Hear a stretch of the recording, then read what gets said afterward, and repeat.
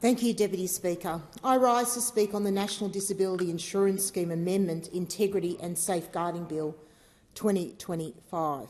The NDIS is one of the most significant social reforms in our nation's history.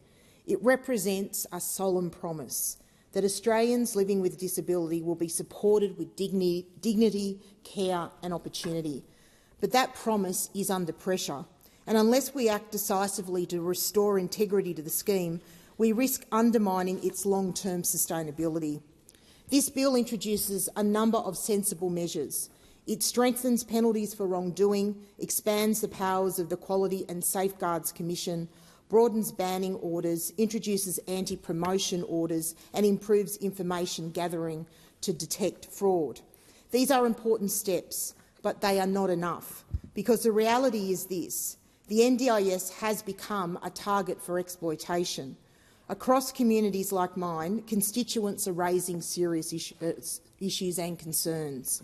They're seeing providers charging exorbitant fees, billing for services not delivered and aggressively targeting vulnerable participants.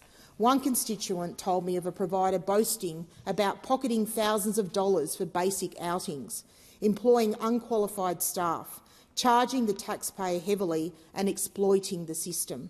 Another raised concerns that participants are being signed up to services that they're rarely used but still charged for, because, in their words, free services will always be abused. And perhaps most concerning are cases like that of Vanessa from Largs, who described deeply troubling behaviour by a provider, disputed invoices, lack of transparency and even legal action against a vulnerable participant. Deputy Speaker, this is not theoretical or abstract concerns. These are issues that are happening now in my electorate. And this is what Australians are experiencing, and it's compounded by the scale of the problem. The NDIS is projected to cost around $46 billion this year and is growing at approximately 10% annually. The rate of growth is simply not sustainable.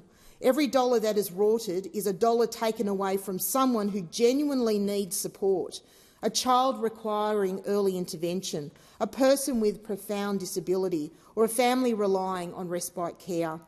Recent findings from the ACCC highlight just how serious these issues are: false advertising, unfair contracts, charging for services not delivered, and misleading claims about eligibility.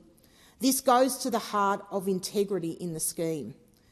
Deputy Speaker, we on this side of the House strongly support the NDIS, and I believe it is universally supported. This is not a political issue. This is an issue about how we best serve and support people with disability in this country.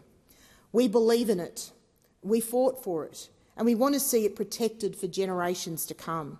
But supporting the NDIS does not mean defending the status quo.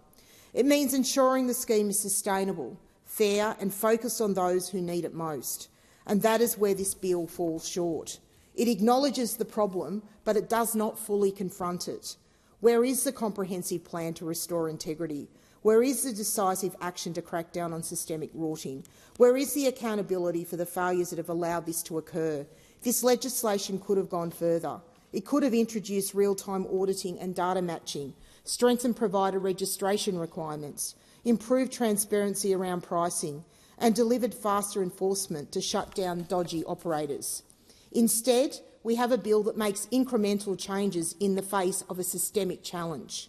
If we're serious about protecting the NDIS, we must act with urgency. We must ensure regulators have not just powers, but the intent to act. We must ensure those who exploit the system face swift consequences.